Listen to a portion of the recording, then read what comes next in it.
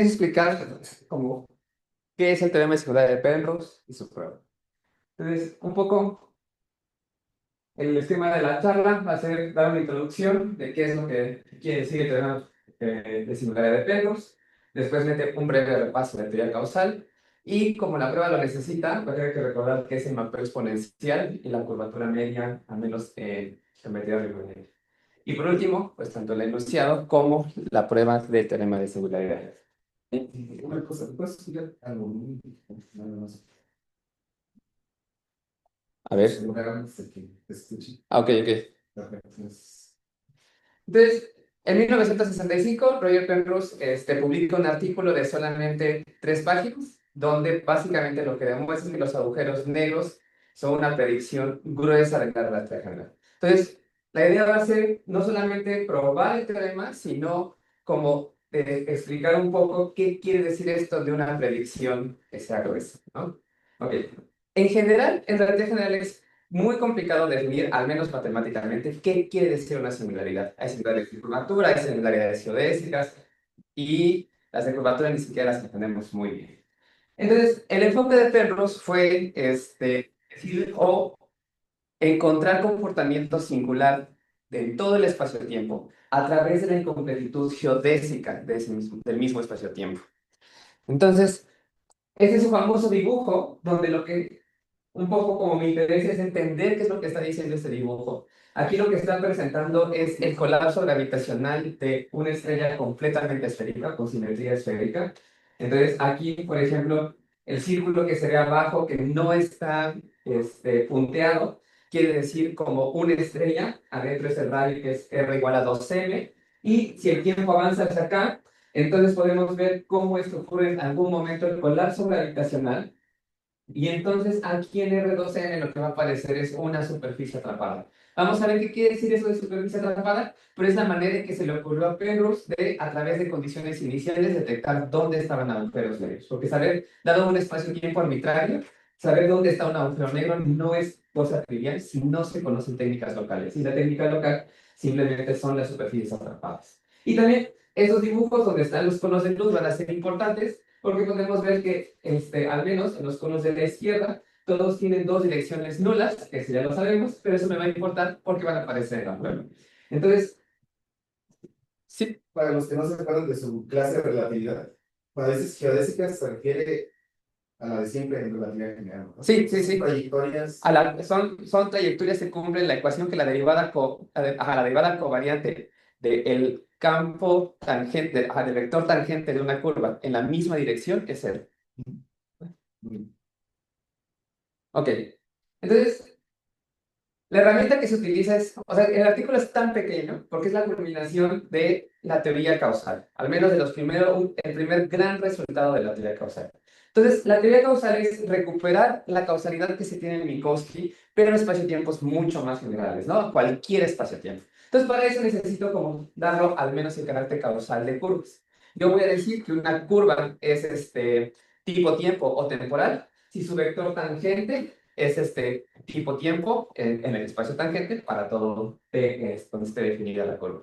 Lo mismo va a pasar para curvas nulas espaciales, va a ser que el vector tangente sea nulo si que su norma sea cero, o espaciales si su norma es positiva.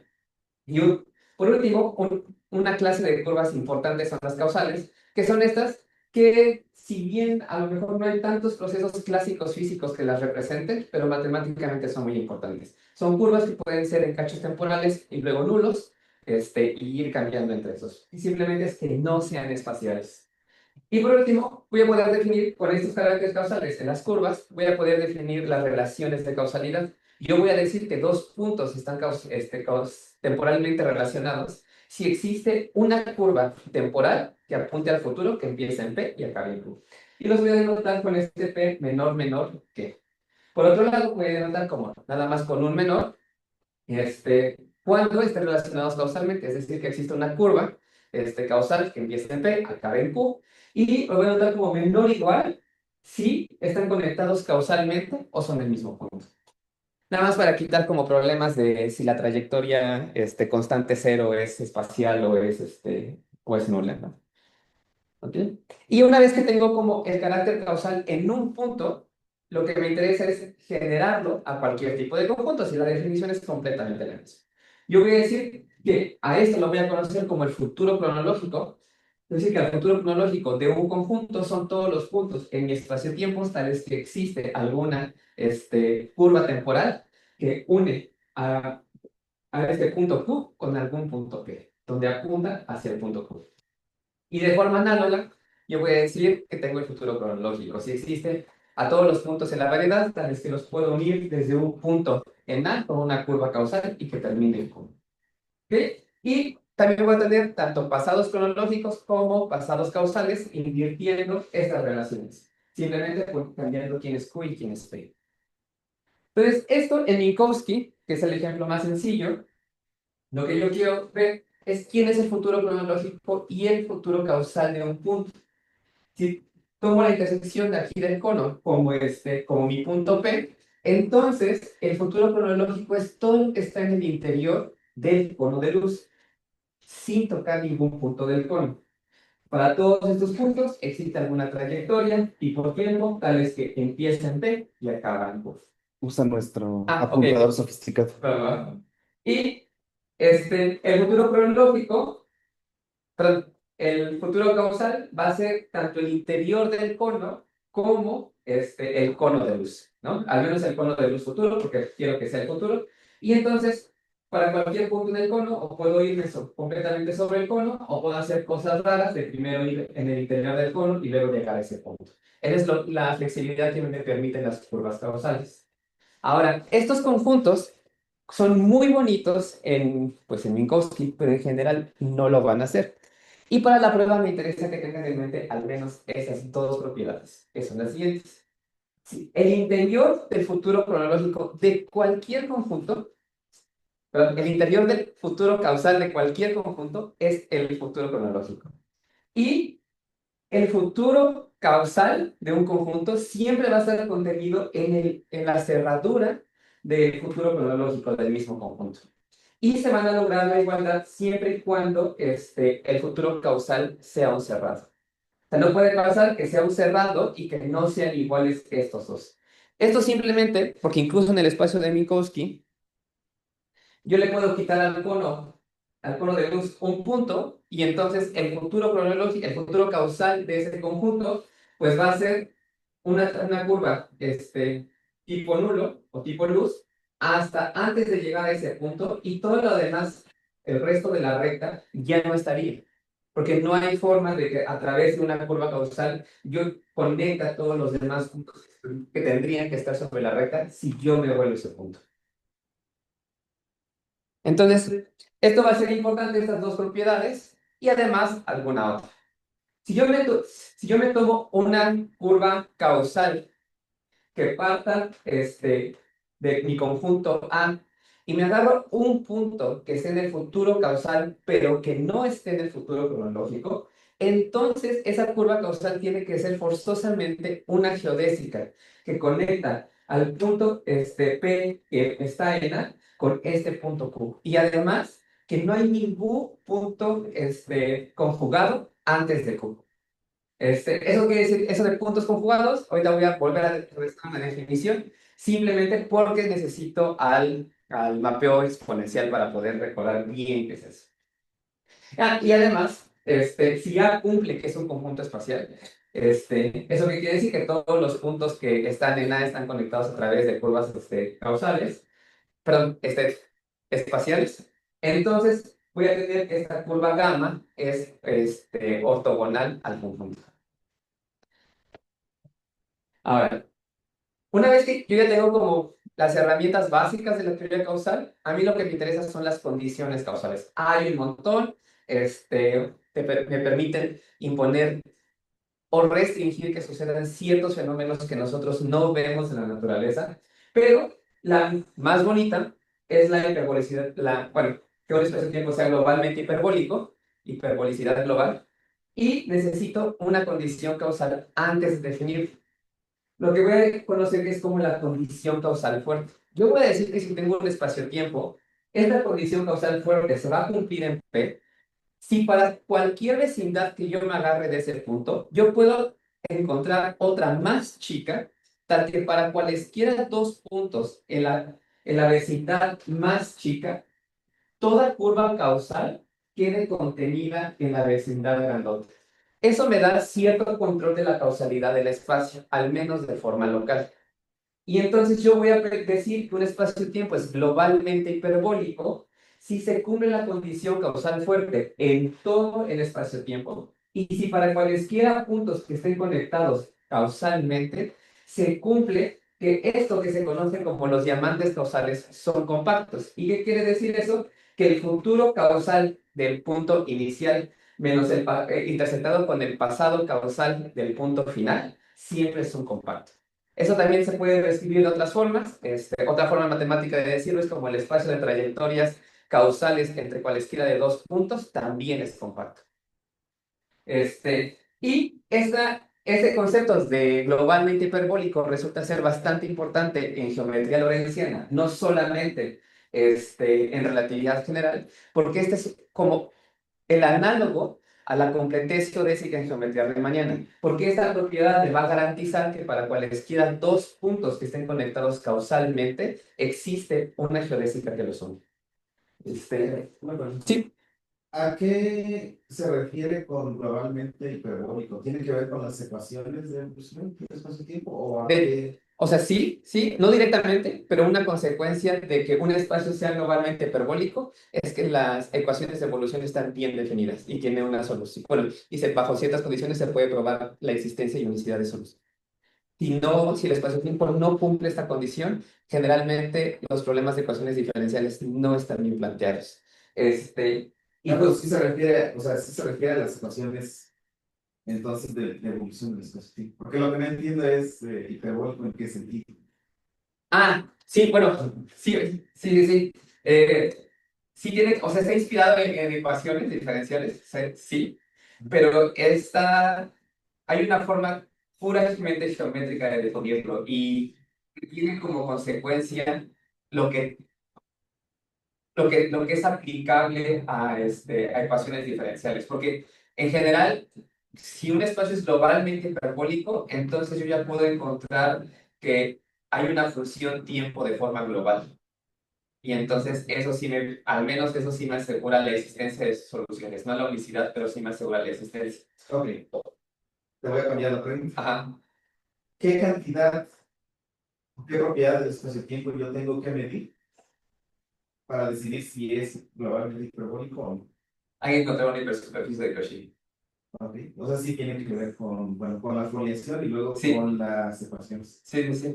Pero, bueno, hay tres formas análogas de definirlo. Ajá, que justamente era la siguiente diapositiva. Sí, todo espacio globalmente hiperbólico contiene una hipersuperficie de Cauchy. Ok, Y algunos libros la mantienen así, pero las tres definiciones son equivalentes. Esta, que contenga la hipersuperficie de Cauchy, y una más topológica, que es que el espacio de trayectorias causales entre cualesquiera dos puntos relacionados causalmente sea compacto. Va. Entonces, ahí, ¿dónde está? Ok, entonces ahora me voy a interesar a definir qué es una superficie de Cauchy y la propiedad que las caracteriza, que es que sea un conjunto acronal. Entonces, yo voy a decir que un conjunto es acronal si para cualesquiera dos puntos en este conjunto no existe ninguna trayectoria temporal que los une. ¿Eso qué quiere decir? Que eso quiere decir que la relación de que estén relacionados cronológicamente no se cumple para ningún punto que esté en ese conjunto. Y entonces yo voy a definir como una superficie de Cauchy en un espacio-tiempo a un conjunto de puntos que es acronal y que además toda curva causal inextendible cruza una única vez a mi superficie de Cauchy o a este conjunto. Entonces, a ese tipo de conjuntos yo le voy a llamar superficies de Cauchy. Van a resultar que van a ser siempre, o sea, el simple hecho de pedir que el conjunto sea acronal va a pedir que sea una hipersuperficie de clase C0. ¿Eso qué quiere decir? Que tal vez no sea una variedad suave. Y a pesar de que uno puede jugar con las dimensiones, no siempre se le puede dar estructura de variedad suave, porque una vez definida, uno no la puede deformar. Y generalmente para dar estructuras de variedad suave hay que deformarlo. Entonces, a priori, esto no es una variedad suave, sino simplemente lo que los matemáticos le dicen una variedad topológica. Y un teorema muy famoso de Gödel es que cualquier espacio globalmente hiperbólico contiene una hipersuperficie de Cauchy y también hay un regreso que sí contiene una hipersuperficie de Cauchy, entonces es globalmente hiperbólico. Sí, Antes de que pasa, ¿qué significa que una curva sea inextendible? que no puedo encontrar un dominio, así tengo una... ¿Puedo rayar aquí? Sí. A ver si sirve. Si yo tengo una curva gamma que está definida en algún intervalo A, B, incluso abierto, de aquí en el espacio-tiempo M, no va a existir ningún otro intervalo que contenga y que además la curva esté definida. Sí. O sea, todas las curvas definidas en sus dominios más grandes tienen que intersectar solo una vez. Va. Entonces, las superficies de Cauchy o las hipersuperficies de Cauchy son bastante útiles porque controlan toda la causalidad del espacio-tiempo. Y también por eso tiene que las ecuaciones diferenciales están bien definidas porque no hay cosas raras. ¿En qué sentido? En este dibujito lo que estoy haciendo es que mi sabanita azul, que le estoy llamando S de superficie de Cauchy, es mi superficie de Cauchy y tomo un punto P en el espacio-tiempo que esté arriba de la superficie de Cauchy. Lo que me está diciendo es que cualquier curva causal que llegue a pasar por P tiene que intersectar antes a la superficie de Cauchy. Entonces, las superficies de Cauchy codifican toda la causalidad del espacio porque todo lo que pueda afectar a P tiene que pasar antes por la superficie de Cauchy. No puede haber nada que yo no esté considerando, porque para eso están consideradas estas superficies de esta manera, ¿va? Por eso pido que todas las curvas causales inextendibles tengan que interceptar una sola vez a ese. A eso no le hagan tanto caso porque voy a hablar de dominios de Cauchy. Perdón, Sí. dijiste que los puntos de la superficie de Cauchy no se pueden conectar por Curvas temporales. curvas temporales. Ajá. O sea que esa es puramente espacial. Sí, sí, sí, sí. Pero también pueden ser nulas, hipersuperficies nulas, porque una hipersuperficie nula nunca voy a encontrar dos puntos que estén conectados de forma temporal. Sí. De hecho, el cono de luz es una superficie de Cauchy, solamente Ok. es atonal y es una hipersuperficie de clase César. Ujú. Bueno, pero en este caso queremos evitar esto. O sea, En este dibujo sí, porque como que las más bonitas son, ¿cómo se llama? Cuando son espaciales. E incluso, bueno, como yo tengo entendido es que resolver la ecuación de evolución de Einstein, cuando las condiciones iniciales son nulas, es bastante complicado porque todo se degenera ahí. Entonces las más útiles sí son las de tipo espacio. Sí, pero no restringe que sean nulas. De hecho, en la prueba de perros voy a necesitar una hipersuperficie de Cauchy que es nula. sí, sí, hay ecuaciones de evolución basadas bueno, son coordenadas nulas, de hecho, Ajá, pero sí, creo que no son estantes. Ok. va. Entonces, es como el repaso de teoría causal y ahora viene como un pequeño recordatorio de qué es el mapeo exponencial y de qué es la curvatura Rayleigh y también de la ecuación de Rayleigh. ¿Ok? Entonces, en el mapeo exponencial es que si yo me tomo un punto en mi espacio-tiempo y me voy a tomar un dominio en el espacio tangente de ese punto en el espacio-tiempo, donde este dominio está tomado de tal que la geodésica que tiene como vector tangente un vector aquí esté definido de forma inextendible. En otras palabras, es el dominio en el espacio tangente, es el dominio en el espacio tangente tal que cualquier vector que yo me agarre aquí, cuando yo lo mando con la función exponencial, me va a dar la geodésica a un punto sobre la variedad y va a estar sobre una geodésica cuyo vector tangente es el que yo me agarro acá. Y en la frontera, pues realmente lo que quiero es poder definir en la forma, pues sí, inextendible a esa geodésica. O sea, ya no va a haber cualquier otro valor afuera, lo que va a hacer es que ya eso no me va a asegurar que sea geodésica. Eso va a decir que o las geodésicas chocan o ya no la unicidad se rompa, bueno, no, sí, sí, pero esa se rompa quiere decir que se chocan, o que sean puntos críticos. Y entonces en los puntos críticos ya este marco exponencial no funciona muy bien. ¿Y cómo funciona este marco exponencial? Entonces, si recuerdan, si yo me agarro un vector aquí, entonces una vez que tomo el vector, cuando lo mando con la función exponencial, me va a dar a la geodésica, cuyo vector tangente es b, evaluada en el valor 1. Por eso pido que al menos el intervalo 0, 1 esté definido. Y para eso no hay ningún problema, porque siempre puedo hacer rescalamientos, como se muestra en esta diapositiva.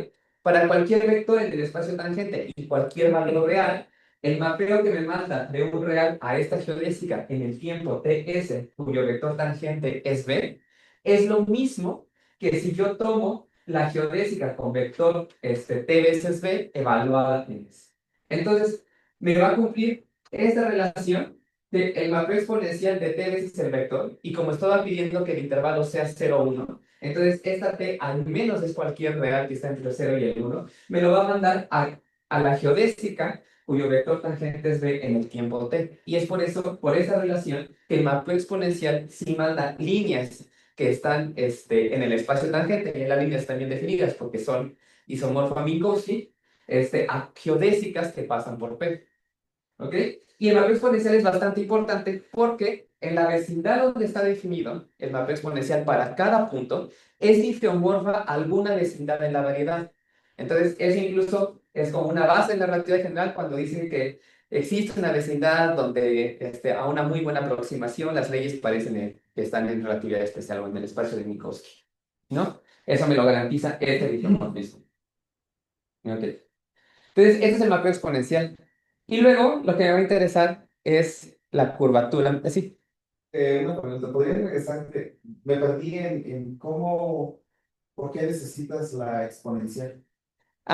Ahorita todavía no, pero para el teorema de Penrose sí, porque lo que voy a querer hacer bueno, lo que hizo Penrose fue tomarse una superficie atrapada, considerar el mapeo exponencial, como las superficies atrapadas son espaciales, entonces para cada uno de esos puntos puedo encontrar dos direcciones nulas que son ortogonales. Y entonces voy a querer construir geodésicas que tengan esos vectores. Y entonces para hacer eso necesito el mapeo exponencial. O sea, Carlos, entonces que ya sabes que lo Sí, vas a lo que le voy a utilizar. Todo esto es como todo lo que necesito para poder tanto enunciar y probar el teorema de singularidad de Penrose. ¿Va? Y entonces, ahora tengo el tensor de curvatura media, vector de curvatura media. Sí, también es un campo terciario. Entonces, si yo tomo una subvariedad en el espacio-tiempo, tal que la métrica no sea degenerada ahí, entonces eso implica que también la métrica en el complemento ortogonal es no degenerada, al menos considerada dentro del espacio tangente de el espacio-tiempo. Esto permite la descomposición canónica como suma directa en su parte tangente y en la parte ortogonal. De esta misma forma, yo puedo agarrarme la conexión de Levi-Strauss, la conexión que ustedes ya conocen, en todo el espacio-tiempo y simplemente proyectarla a su parte tangencial y a su parte normal. La parte tangencial es la conexión inducida en la variedad, que esa no me va a importar ahorita, y la parte normal la voy a denotar con este 2, que se le conoce como el tensor de curvatura media o la segunda forma fundamental. Y simplemente voy a definir al vector de curvatura media como la traza de este tensor, bueno, a la traza de este tensor bajo la métrica G del espacio-tiempo, ¿no? Corriendo solamente sobre una base ortonormal del espacio tangente, pero de la subvariedad. Y entonces, esto lo que me va a dar es un tipo de promedios análogo al tensor de curvatura de Ricci, que es un promedio de cómo varía de forma ortogonal la conexión. Aquí tengo una subvariedad, entonces esta es una subvariedad metida en otra más grande. Entonces aquí en principio estoy pensando que como que es de 3 dimensiones. Tengo curvas que están sobre la subvariedad. Esto me va a definir un espacio tangente, al menos esta curva, este vector B y este vector W van a estar en el espacio tangente de esta subvariedad. Pero como está encajada en otra más grande, entonces al menos hay un complemento ortogonal. El cómo cambia con respecto a cuando yo me muevo en la subvariedad, es a lo que yo le llamo el tensor de curvatura media. y al promedio de eso le voy a llamar el vector de curvatura media. Esto es importante porque en base a esto se define lo que es una superficie atrapada. Em, si esta variedad es puramente espacial todavía, o ya. Si es puramente espacial, de hecho funciona muy bien. Si es lorentziana, también no funciona cuando es nula. Porque Porque entonces mi pregunta era si tu vector perpendicular a esa superficie es la misma que en la formulación 3 más 1, sí, sí. sí, es la misma, porque Es la sí, base de la dirección temporal. sí, sí, sí, sí, solamente que esto puede funcionar para cualquier dimensión y para el 3 más uno siempre es como algo de codimensión uno. Ajá. Eh, ok. ¿Está? Y entonces, algo que ustedes conocen muy bien, entonces haces un breve recordatorio, es la ecuación de Rayleigh. Entonces, la ecuación de Rayleigh lo que estudia es cómo evolucionan las geodésicas cuando yo me tomo como puntos iniciales una región del espacio-tiempo. ¿Y cómo lo estudio? Lo que hago es estudiar la evolución de la proyección de la derivada covariante de un vector tangente. Cuando estoy en el caso nulo, me tengo que volar dos dimensiones del espacio-tiempo para que todas las cosas estén bien definidas y eso me va a permitir definir este tensor B, que se puede definir como un medio de teta de este tensor Q, sigma y omega. Ahora viene qué es cada cosa. Esta Q es la métrica restringida a la subvariedad espacial.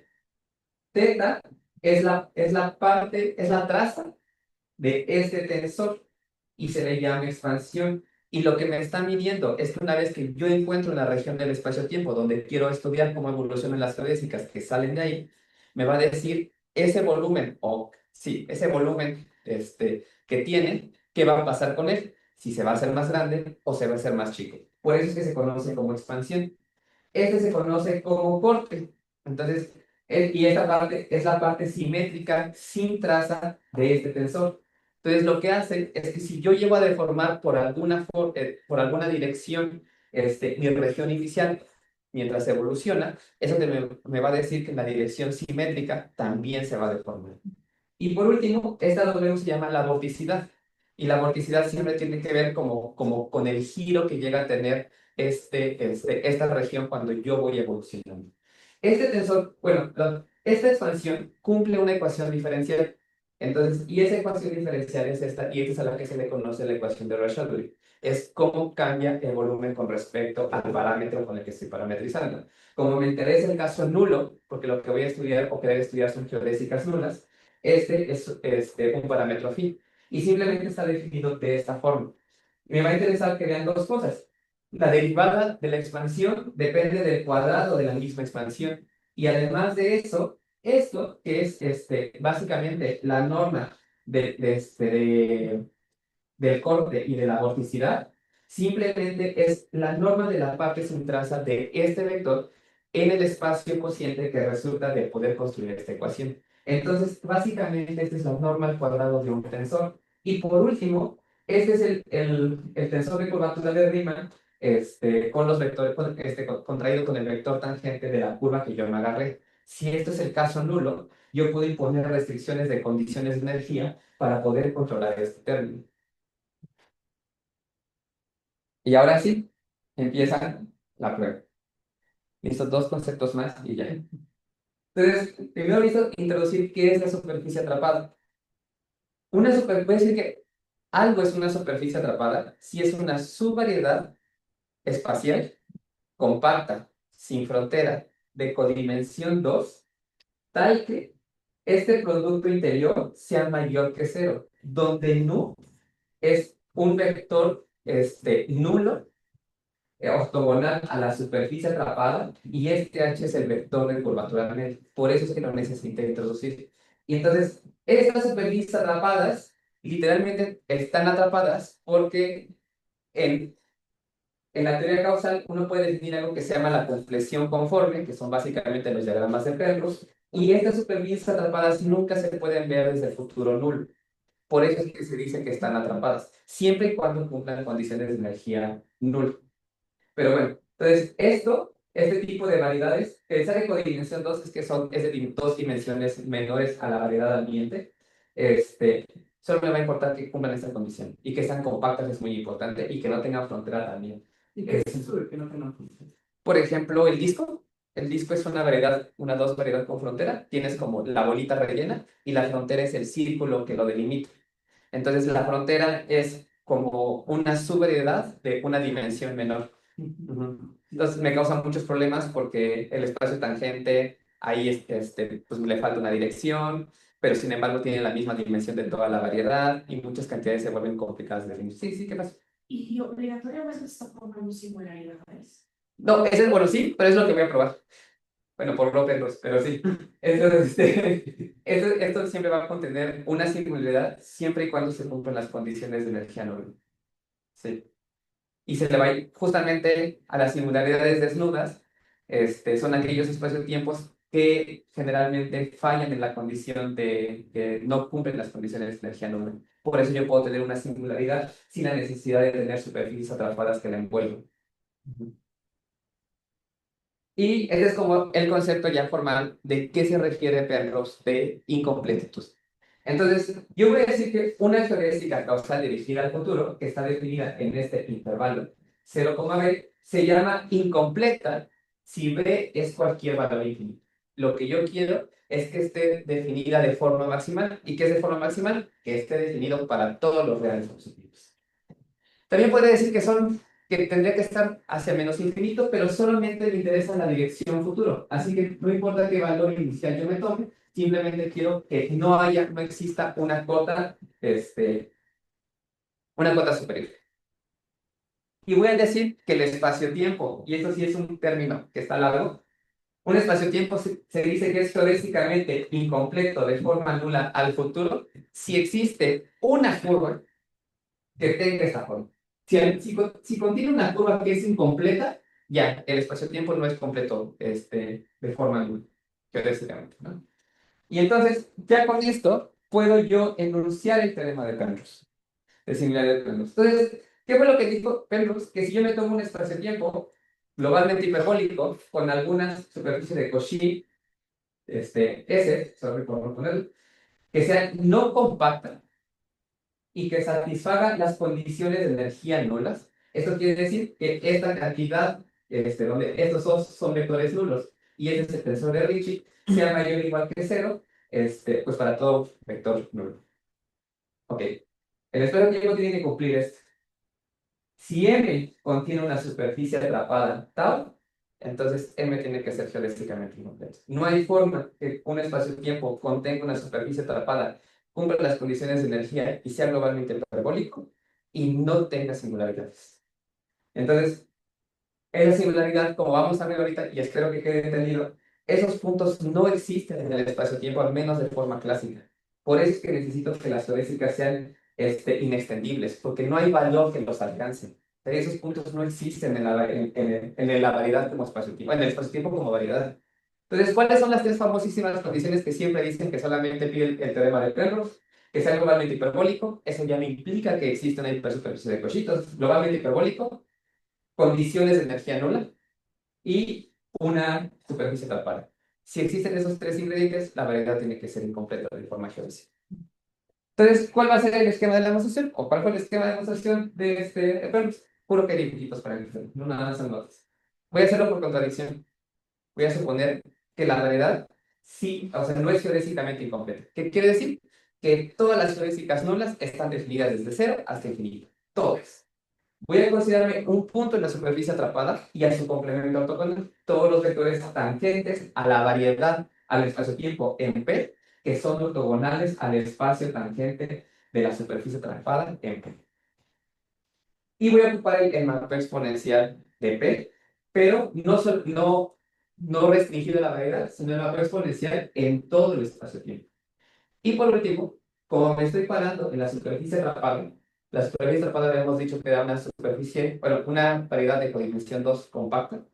Entonces, por la capacidad de la superficie atrapada, voy a asegurar que existe una cubierta finita que cumple con lo siguiente. La primera condición de que la cerradura de UI sea compacta y que esté contenido en algún otro abierto, eso se cumple siempre porque simplemente es una variedad suave.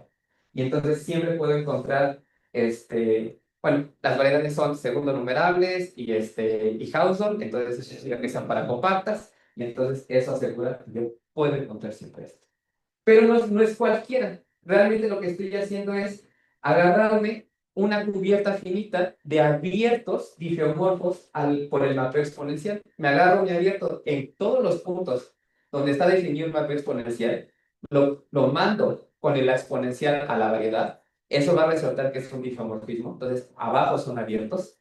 Para todos los puntos me tomo esa cubierta y la compacidad me asegura que existe una cubierta finita de ese tipo. Si esa no llegara a funcionar, bueno, intersecto con la de la variedad y jalo todo. Y luego, que esto siempre ocurre porque la superficie atrapada es espacial. Entonces, van a existir dos campos vectoriales nulos linealmente independientes, que los voy a notar como K más y K menos. Y ahora va el dibujito para que entendamos qué está pasando. Resulta que eso es como un spoiler, pero todas las superficies atrapadas, o casi todas son esferas, entonces por eso tiene sentido el dibujito. Tengo mi superficie atrapada tau, me voy a fijar en el tangente. Entonces, y estoy pensando que todo esto es el espacio-tiempo. Entonces, lo que yo tengo aquí es una dirección, ay, aquí me faltó el ortogonal. Esta es la dirección ortogonal.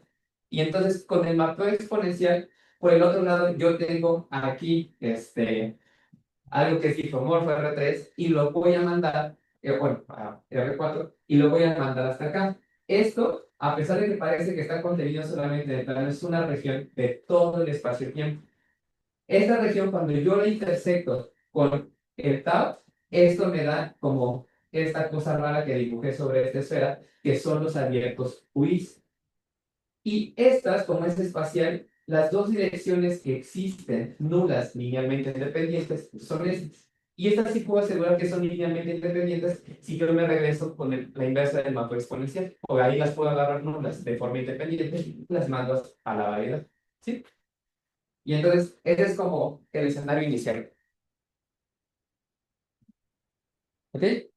Entonces, como me estoy parando en la superficie atrapada, yo ya sé que el producto interior entre un vector nulo ortogonal y el vector de curvatura media es mayor que cero. Como me estoy agarrando en vecindades, en las vecindades de la cubierta finita, lo que voy a hacer es que puedo asegurar que para todos los puntos de esa vecindad se cumple esta desigualdad. Como son mayores que cero, entonces para todos esos puntos tiene que existir al menos un número que sea mayor que cero, tal que esto se cumple. ¿Sí? Y en caso, si no me creen, por eso es que necesito la cerradura, porque eso ya va a ser una función continua que va de un compacto a R, entonces me asegura la existencia de su máximo y su mínimo, pues así puedo asegurar la existencia de ese delta. Ah, y para todo buena cerradura, perdón.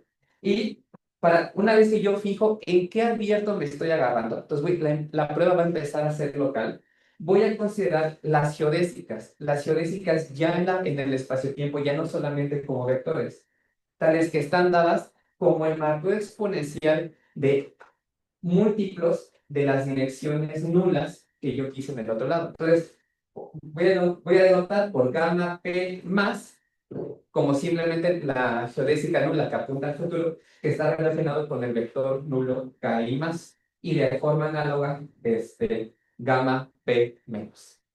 Entonces, ¿cómo se ve este dibujito? Ahora sí, aquí esto es, pues, un espacio vectorial. Entonces, aquí tangente a la variedad. Entonces, aquí tengo mi punto, que es donde está anclado el espacio tangente. Aquí yo tengo una base que yo puedo construir normal. Y entonces aquí sí me puedo fijar en quiénes son las direcciones nulas. Y con el mapeo exponencial, mandarlas a la variedad. Entonces, este cubito que está muy bonito, cuando yo lo mando con exponencial, como solo es un isomorfismo, entonces se va a mandar a una región de este estilo. Y entonces, estas direcciones K más, como me manda líneas, o sea, ahora lo pienso como no solamente el vector, sino como toda esta línea, me lo va a mandar a estas curvas, que son las geodésicas que apuntan, bueno, geodésicas son las que apuntan al futuro, gamma P más y gamma P menos. ¿Sí? Sí, Ah, ok, ok, sí, sí, sí. sí, tengo una pregunta. Sí. allá en el dibujito, las UI ya son de menor dimensión, ¿verdad? Sí. Lo que hago es como, sí, con la topología relativa, lo que me agarro son los abiertos que me da la exponencial e intersecto con la superficie atrapada. Sí. De hecho, aquí la UI es esta, sí, es la punta de la azul. Es como lo que intersecta ahí. Ok. Entonces, lo que voy a hacer es suponer que sobre esas geodésicas no hay puntos focales dentro de un intervalo 0, L para algún valor L positivo. Entonces, como son geodésicas nulas, y cumple las condiciones de energía nula, la ecuación de Rashad-Urey me va a dar es, ¿por qué?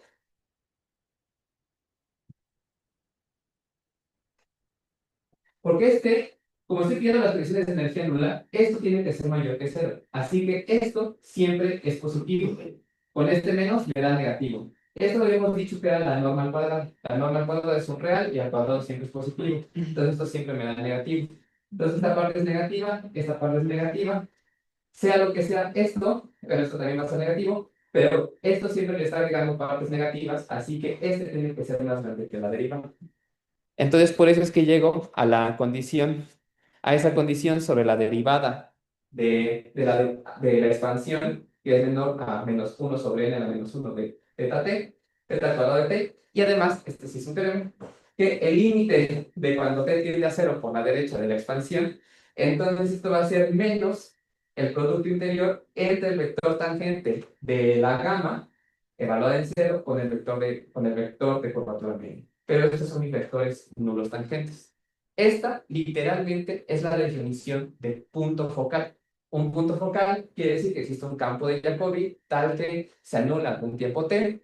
En el tiempo cero pertenece al espacio tangente y literalmente se cumple esta relación para todos los vectores en el espacio tangente. Y eso sí es cierto, porque aquí ya habíamos hablado que es un promedio y el promedio era sobre una base ortogonal del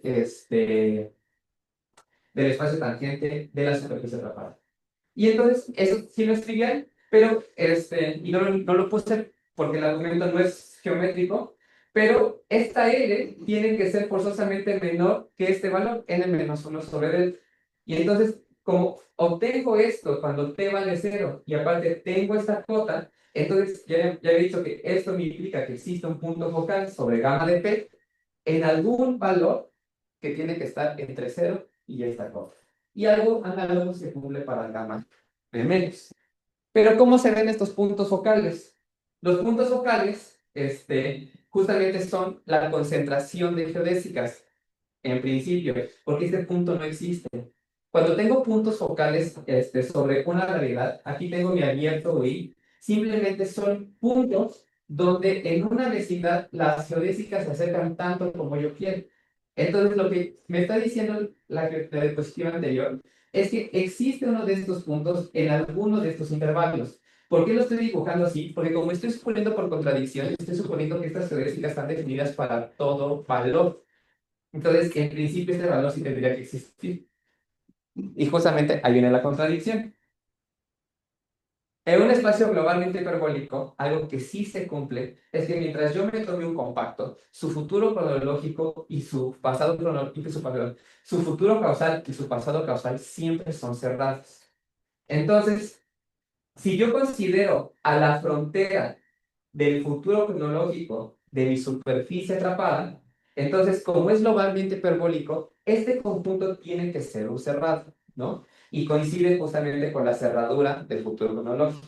Luego, la frontera, pues esta frontera, pues sí va a ser el futuro cronológico menos el futuro causal menos el futuro cronológico, ¿no? Simplemente por definición de cerradura, sí, literal. Entonces, supongamos que existe algún punto en esta frontera del futuro cronológico, que es como el cono de luz adaptado a la superficie atrapada, menos la superficie atrapada, entonces tiene que existir alguna geodésica que empieza en la superficie atrapada, acaba en este Q, ortogonal a mi conjunto tau, porque es espacial, y que no contiene ningún punto focal de gamma antes de Q. Entonces, gamma 0 tiene que ser un múltiplo de estos dos vectores nulos. O sea, la parte anterior me dijo que una geodésica nula, pero solamente hay dos direcciones nulas en cada punto. Entonces, este vector tiene que ser un múltiplo de este o de este. Y bajo rescalamientos o bajo reparametrización, tiene que ser uno de los dos. Entonces, tau no tiene puntos focales sobre estas geodésicas antes del punto que yo me agarre, pero este punto es arbitrario. Entonces, tienen que estar contenidas en estas WIs. Estas WIs las voy a notar como WI más, WI menos, donde simplemente son las partes de las geodésicas que están entre estos valores, porque en principio estos están definidos para todo valor desde 0 hasta infinito, pero simplemente me basta con que sea este. Y entonces, como este juez arbitrario, fue cualquier punto que nos agarramos sobre esta frontera, entonces esta frontera tiene que estar contenida en W, donde W es la unión de todos los W's is. Y como este es compacto, porque este es compacto y este también es compacto, entonces estos literalmente son cerrados dentro de un compacto, lo que los vuelve compactos. Entonces, esto, yo ya sé también que la frontera es un cerrado, justamente porque es globalmente hiperbólico. Entonces, es un cerrado en un compacto, entonces la frontera también tiene que ser compacta. Y esa es la contradicción. Y nada más para ver cómo es que se ven, ¿quiénes son las WIs? Me agarro mi UI y me fijo sobre las curvas, y entonces son las curvas que están definidas hasta el valor donde yo aseguro que tiene que existir un punto focal y de dónde sale. Las verdes son las WIs y las moradas son las WI más. Y ya, esa es la última. Entonces, ya vimos que la frontera del futuro cronológico de mi superficie atrapada tiene que estar contenida en un compacto. Como era cerrado, la tiene que hacer compacto. Entonces, por esta proposición, yo sé que la frontera tiene que ser un conjunto acronal. Y además de eso, tiene que ser una hipersuperficie C0, bueno, de clase C0. Pero, si además esto es compacto, como dice aquí en esa proposición, tiene que ser homeomorfo a una superficie de Cauchy. El problema es que todas las superficies de Cauchy son compactas, pero por suposición habíamos supuesto que nuestro espacio-tiempo contenía una superficie de Cauchy no compacta. Entonces, esa es la contradicción. Y- Muy bien.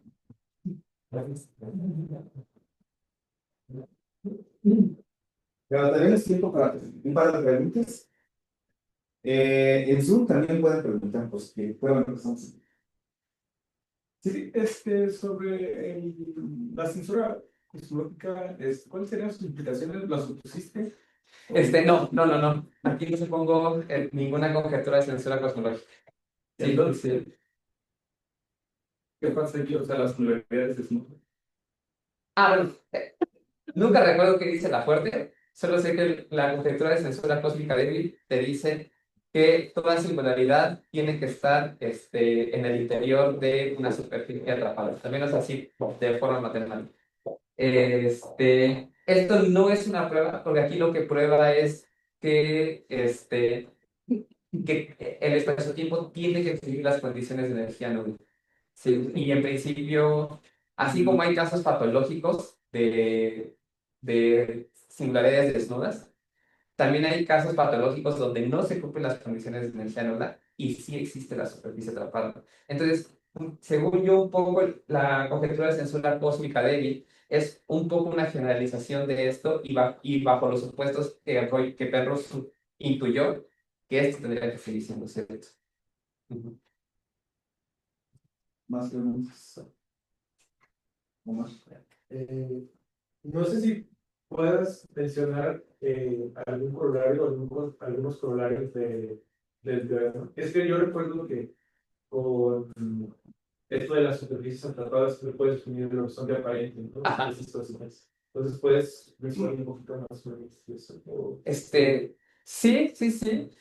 O sea, las superficies atrapadas son un zoológico. Hay un montón de superficies atrapadas. De hecho, este es algo que es como increíble, es que esta condición sea suficiente para probar el teorema de Penrose.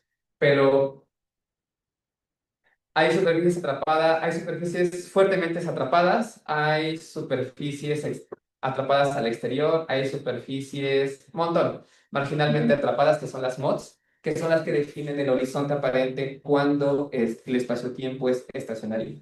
Otro teorema, eso sí no recuerdo de quién es que justamente que cuando tu tiempo es estacionario y tienes una superficie marginalmente atrapada al exterior, una MODS, entonces coinciden, son el mismo, como conjuntos son el mismo. Este, simplemente que las cosas dejan de ser bonitas, porque yo puedo decir, aquí esto es para las dos direcciones nulas, ortogonales. Yo puedo definir cuál es la saliente, la dirección nula saliente.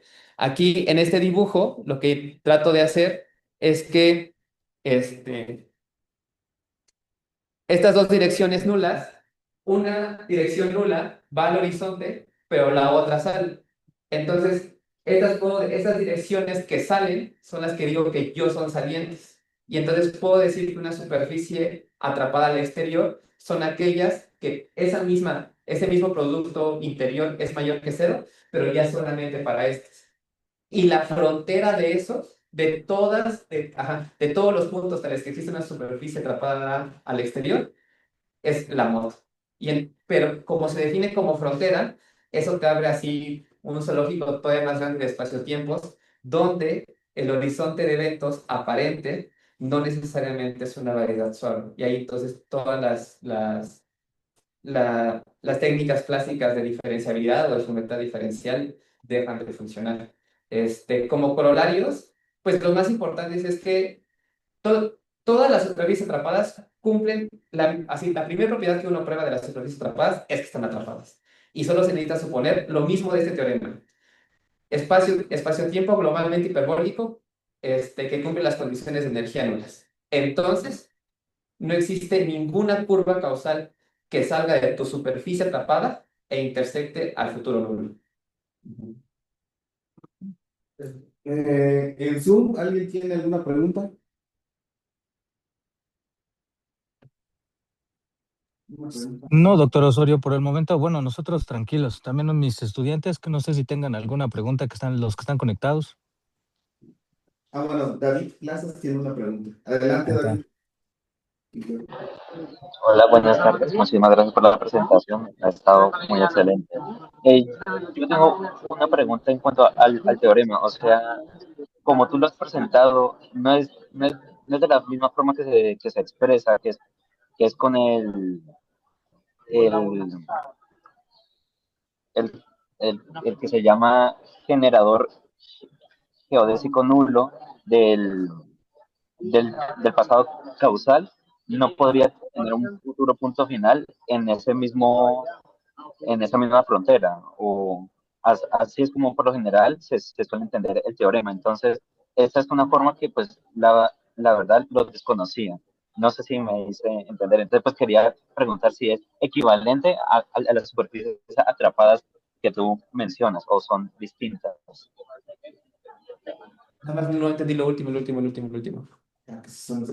O sea, ¿Entre qué? ¿Entre qué y qué lo mismo? Es que, o sea, a ver, no sé si esto ayuda un poco, pero lo que sí te entendí es que hay como, tal vez esta no sea la prueba original, el argumento es el mismo, tal vez no como lo escribió Penrose, pero la frontera, el futuro cronológico, es una hipersuperficie nula. Entonces, realmente lo que me da esta... Ay, ¿dónde está esta cosa? Voy.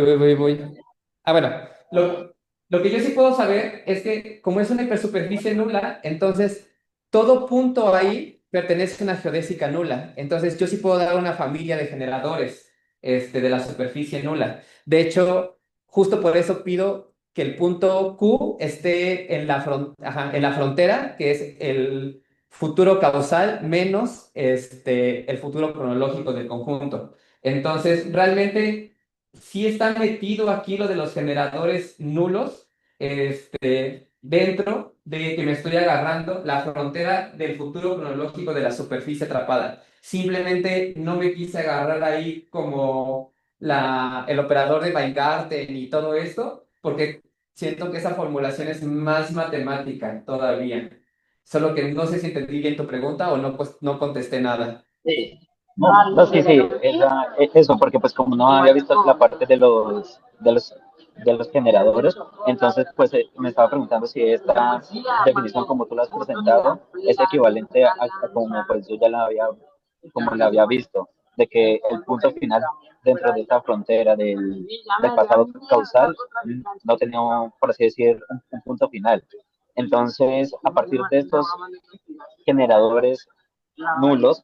Entonces ya con lo que tú mencionaste, ahorita sí veo la conexión, sí, con lo que pues has respondido. Entonces sí, sí, sí me respondiste la pregunta, sino que no tenemos que explicar bien.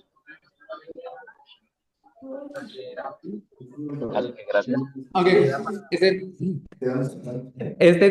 tu audio se escucha con mucho ruido, pero si me puedes escribir un correo con mucho gusto, contesto tu pregunta, perdona. Ay, qué pena. No, pues sí, no estamos escuchando. Muchas gracias. Ok. De todos modos, bueno. De todos modos, si quieres mandar un correo para más aclaraciones, por favor. Última pregunta, Juan. Estos teoremas también funcionan para los de Big Bang y todo esto, ¿no? Otro colorario es como, o sea, la tesis de doctoral de Hawking, hasta donde yo tengo entendido, es más o menos voltear la dirección temporal de esto. Es simplemente, ¿qué quiere decir que hay una singularidad? O sea, que tenga punto final, pero no tenga punto inicial. Porque aparte ahí, ¿qué está encerrada qué está encerrando la superficie atrapada? ¿No? Y entonces, pero sí, justamente llega a eso, que hay una super que no tiene punto final, bueno, punto inicial. O sea, si inviertes la dirección temporal, entonces ahora la pregunta es, si tus geodésicas son completas al pasado, y entonces resulta que no. Y un poco como tratar de entender físicamente, es que, bueno, si yo nada más me mantengo con las condiciones de energía nula, pues eso no me va a decir nada. Por eso se tuvo que agarrar la Strong Energy Condition, condición de energía fuerte. Ajá. Que ahí viene como una ecuación diferencial aparte ahí, que eso fue como lo que lo relacionó al Big Bang. Pero sí. Ajá, bueno, la pregunta era, los que hacen luego cosas, según yo, eso se llama loop quantum gravity, pero que no, quitan la singularidad y más bien ponen que llega un punto, un tiempo, lo que sea, eso, en el que rebota, más bien, no llega a la singularidad del origen. Eso se podría ver más o menos con todo esto, o ya necesitas otras cosas para La verdad hacer es, eso. no tengo ni idea, porque al menos como yo lo tengo entendido, como que nada es que rebote, simplemente como que el campo gravitacional es tan fuerte que entre más te acercas a la singularidad, o sea, el tiempo sigue corriendo hacia infinito y simplemente no alcanzas, no alcanzas y nunca alcanzas. Y eso geométricamente sí se entiende porque es ese espacio que debería estar, pero no está en tu variedad. Por eso en Schwarzschild falta como todo un eje, como variedad matemática falta un eje completo. David dice que la respuesta estuvo perfecta y que gracias.